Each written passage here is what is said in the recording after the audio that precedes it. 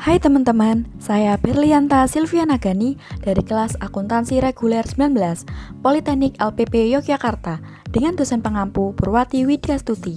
Kali ini kita akan membahas tentang kas bersama Kak Tiwi, Kak Linda, dan Kak Mega.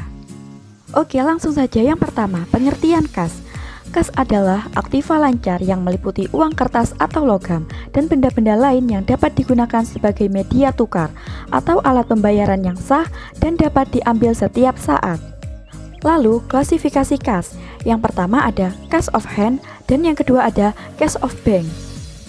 Cash of hand adalah keseluruhan kas yang berada di perusahaan, sedangkan cash of bank adalah kas suatu perusahaan yang ada di bank. Lalu, kategori kas. Yang pertama ada uang tunai, yang kedua ada simpanan di bank, dan yang ketiga ada instrumen lainnya seperti personal check, cashier check, dan bank draft. Lalu masuk pada pengendalian kas. Pengendalian kas ada dua, yaitu pertama penerimaan kas dan yang kedua pengeluaran kas.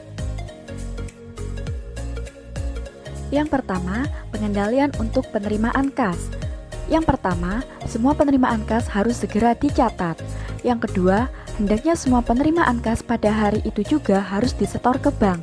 Dan yang ketiga, adanya pemisahan fungsi antara petugas yang menangani penerimaan kas dilakukan dengan mesin cash register. Dan yang kedua, pengendalian untuk pengeluaran kas.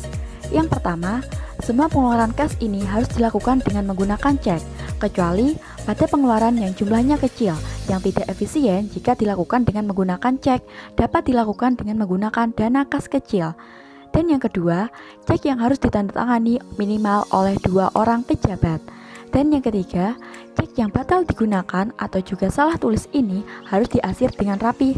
Dan yang keempat, hendaknya diberikan cap lunas untuk sebuah bukti atau cek yang sudah dikeluarkan.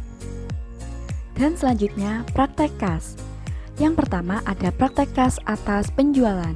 Misalnya, CV Cantik menjual produk seharga 2 juta kepada konsumen, maka jurnalnya akun kas didebit sebesar 2 juta dan akun penjualan dikredit sebesar 2 juta. Dan yang kedua ada praktek kas atas pembelian. Misalnya, CV Cantik membeli perlengkapan seharga 500.000 secara tunai, maka jurnalnya akun perlengkapan didebit sebesar 500.000 dan akun kas dikredit sebesar 500.000. Dan yang ketiga ada praktek kas atas piutang. Misalnya, CV Cantik menerima pelunasan piutang dari konsumen sebesar 800.000, maka jurnalnya akun kas didebit sebesar 800.000 dan akun piutang dikredit sebesar 800.000. Dan yang keempat ada praktek kas atas hutang.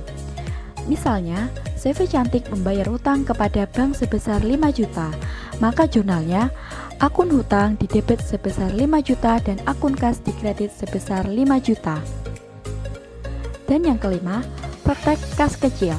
Ada dua, yaitu pada saat pembentukan kas kecil dan pada saat pengisian kembali kas kecil.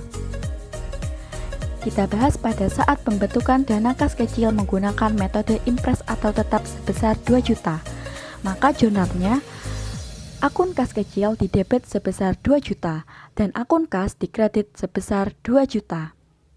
Lalu yang kedua, pada saat pengisian kembali menggunakan metode jumlah dana tetap atau impres sebesar 2 juta, maka jurnalnya semua beban-beban akan didebit, lalu akun kas kecil akan dikredit. Oke teman-teman, itu tadi tentang kas. Terima kasih dan sampai jumpa.